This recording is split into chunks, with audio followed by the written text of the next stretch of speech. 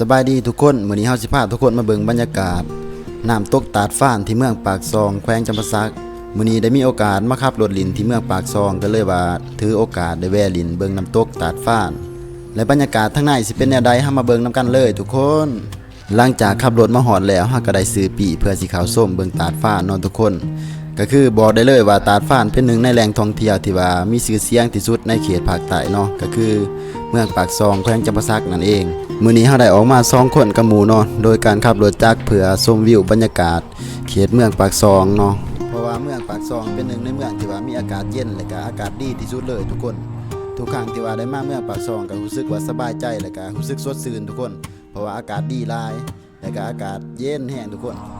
เขามาตาดฟ้านต่อเนาะหลังจากออกมาแต่ตาดเนี่ย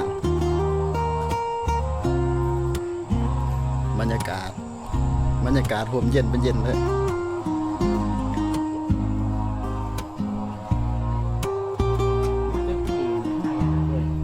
อันหยาบกว่า ถ่ายแดงลงไป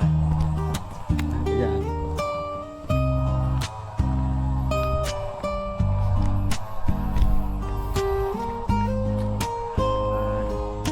ตาดฟ้าน โอ้ยอะไรรถ ฮอดแล้วตาดฟ้าน แต่ถ้าเกมด้วย ขี่มาล้างเนาะ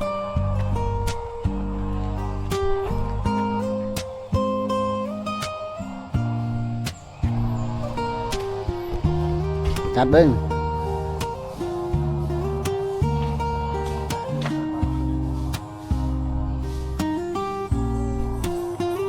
สิ นับเป็นสมุกเลย สิไม่เท่าไหร่ ฮะ สิไม่เท่าไหร่ มันมีขะกับขี่มันมีสนามเนาะพอย่างเข้ามาหอดด้านในของตาดฟ้านบรรยากาศก็รู้สึกว่า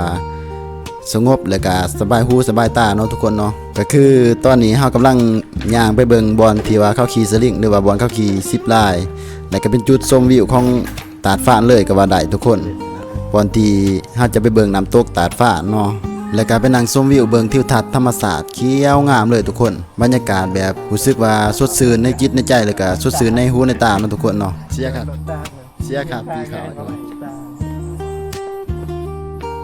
20,000ค่าปีขาวค่าจอดรถ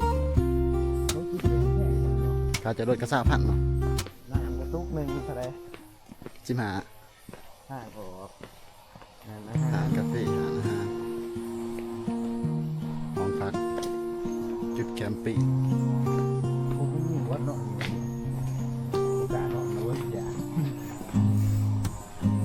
บรรยากาศเย็นเป็นเย็นเนาะนอกจากเป็นบ่อนนั่งชมวิวเบิ่งธรรมศาสตร์สวยงามแล้วทางตาดฟ้านเพิ่นก็ยังมีกิจกรรมหลากหลายให้นักท่องเที่ยวได้ลินเนาะทุกคนก็คือเพิ่นจะมีกิจกรรมขี่ซิปไลน์หรือว่าขี่สลิงทุกคน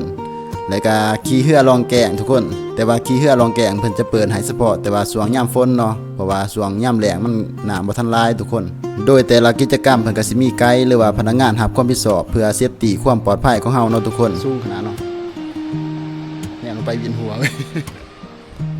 หลังจากที่เขามาหอดน้ำตกแล้วเฮา2คนกับหมู่ก็ได้ยืนเบิ่งบรรยากาศเนาะก็บรรยากาศมื้อนี้ก็สวยงามแฮงเนาะมีแดดออกแน่นอนนึงแต่ก็เสียดายอยู่หน่อยนึงเนาะเฮามาปากซองมื้อนี้ว่าสิลองชิมรสชาติของกาแฟแต่ว่าก็บ่ได้ชิมซ้ำเนาะทุกคนปกติแล้วเฮาก็เป็นคนหนึ่งที่ว่าบ่มักกินกาแฟปานใดแต่ว่ามาเที่ยวตาดฟ้านมื้อนี้ก็เลยคิดอยากลองชิมเบิ่งว่ารสชาติมันสิเป็นแนวใดแต่ก็บ่ได้ชิมซ้ำเนาะทุกคนเพราะว่าตอนเฮาเข้ามามันถึกช่วงไฟดับพอดีทุกคนก็เลยว่าเฮ็ดให้พลาดว่าสิลองซิมกาแฟเบิ่งเนาะก็เลยว่าบ่ได้ซิมซ้ำแต่ก็บ่เป็นหยังดอกเนาะเฮาก็บ่ได้ซีเรียสอีหยังลวงลายเพราะว่าผ่านมาเฮาก็เป็นคนที่ว่าบ่มักดื่มกาแฟพอปานใดเนาะมันบ่แม่นมีโหกทรายบ่พูดฮอดเป็นแฟนเออ ที่จะเป็น ตัวนี้บอลอันนี้เขาอันนี้ซื้อบอลโตมันมีบอลนั่งอะนะงูเป็น6 เซนไ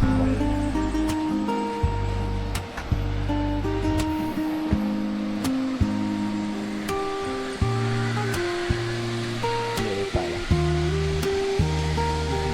ตายแล้วได้ขาดแล้ว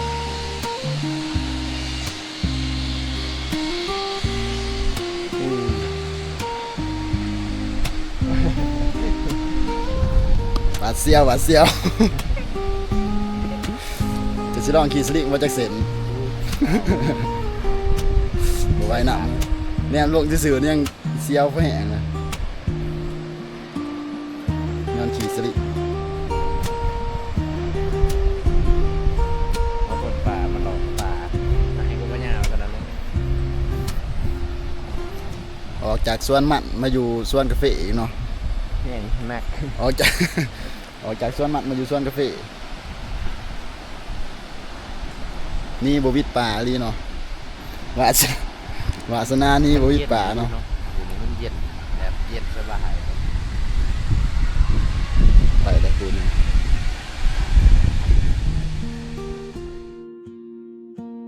ตอนนี้พนักงานเพิ่นกำลังกวดเช็คความเหี่ยมห้อย เพื่อความปลอดภัยของนักท่องเที่ยวที่มาเที่ยวเนาะและทุกครั้งที่ว่าก่อนจะขึ้น10ลายเนาะพนักงานเพิ่นก็สิกวดก้าอุปกรณ์เช็คอุปกรณ์ทุกขันทุกอย่างเลยเนาะเมื่อเช็คอุปกรณ์ครบหมดทุกอย่างแล้วจังได้ปล่อยโตเนาะเพื่อความปลอดภัยของนักท่องเที่ยวเบิ่งคนอื่นลินก็รู้สึกตื่นเต้นและก็หวาดเสียวนํอยู่เนาะทุกคนแต่ว่าเฮาก็บ่ได้ขึ้นขี่หรือว่าบ่ได้ขึ้นลินแต่ยังได้เนาะเพราะว่าเฮามาในมื้อนี้เนาะเฮาบ่ได้มีแผนว่าสิมาขี่10ลายหรือว่าสิมาขี่สลิงเนาะทุกคนหลังจากกวาดเช็คอุปกรณ์เหี่ยมห้อยแล้วเพิ่นก็สิเกียมโตปล่อยเนาะก็คือเพิ่นสิมีตะกล้องให้สำหรับถ่ายคลิปหรือว่าถ่ายรูปให้เนาะในเวลาที่ว่านักท่องเที่ยวขี่สลิงเนาะ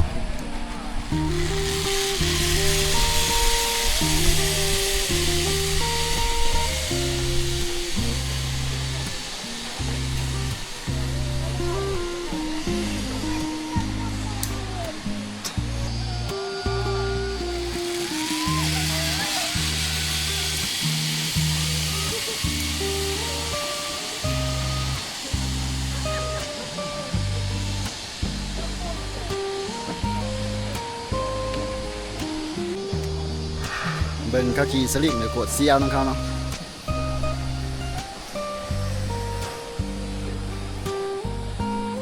นี่คือภาพบรรยากาศผู้คนที่เขามาลินมาเที่ยวมื้อนี้รู้สึกว่าคนมาลินหลายแห้งเลยบางคนก็มาเป็นครอบครัวเลยทุกคนบางคนก็มากับหมู่กับครูบางคนก็มาพร้อมครูฮักก็มีทุกคนบ่แปลกใจเลยที่ว่าเห็นผู้คนมาลินมาเที่ยวหลายเพราะว่าบรรยากาศข้างในก็รู้สึกว่าเย็นดีและก็ทิวทัศน์ธรรมชาติสวยงามเลยทุกคนนอกจากกิจกรรมต่างๆก็ยังมีร้านอาหารและร้านกาแฟเนาะแล้วก็มีสินค้าอื่นๆอีกเนาะที่เป็นเอกลักษณ์ของเมืองปากซองเลยก็ว่าได้ทุกคนมาผู้เดียวหรือมากันมาคนเนาะนั่งหายของมาดินกันมาดินมาครับรถดิน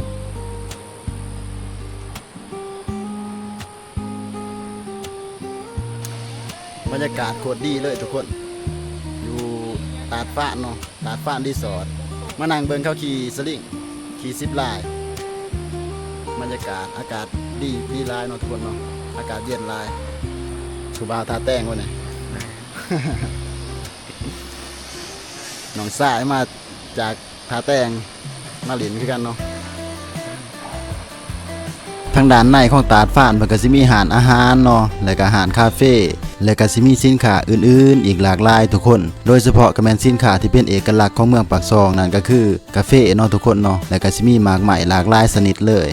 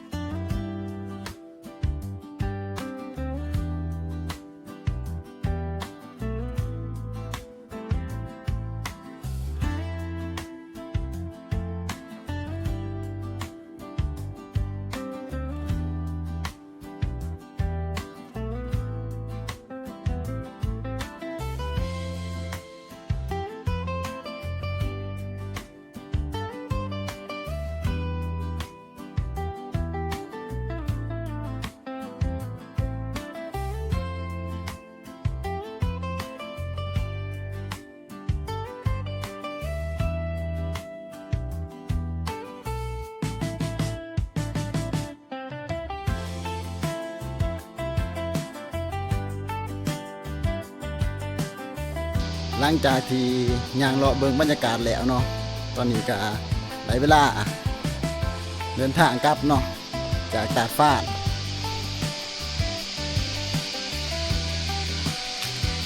บรรยากาศครึมๆคือฝนสิตกเนาะ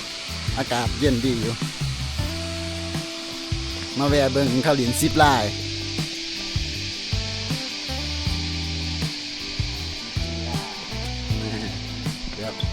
โซนเนาะอันนึง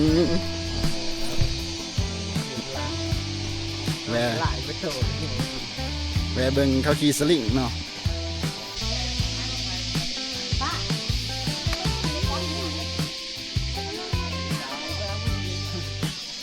โอ้ นี่เจ็ดหลังเจ็ดแอลเอาโลด ยาดีเจ็ดแนว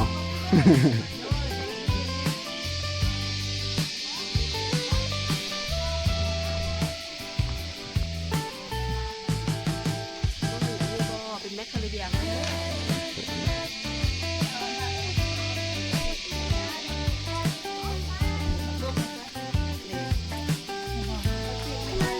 เราเอามาบกมือกัน มันผล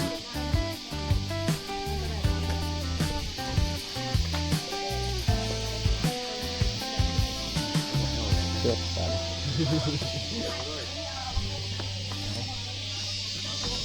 โอ้สแกนเลือดใส่ปี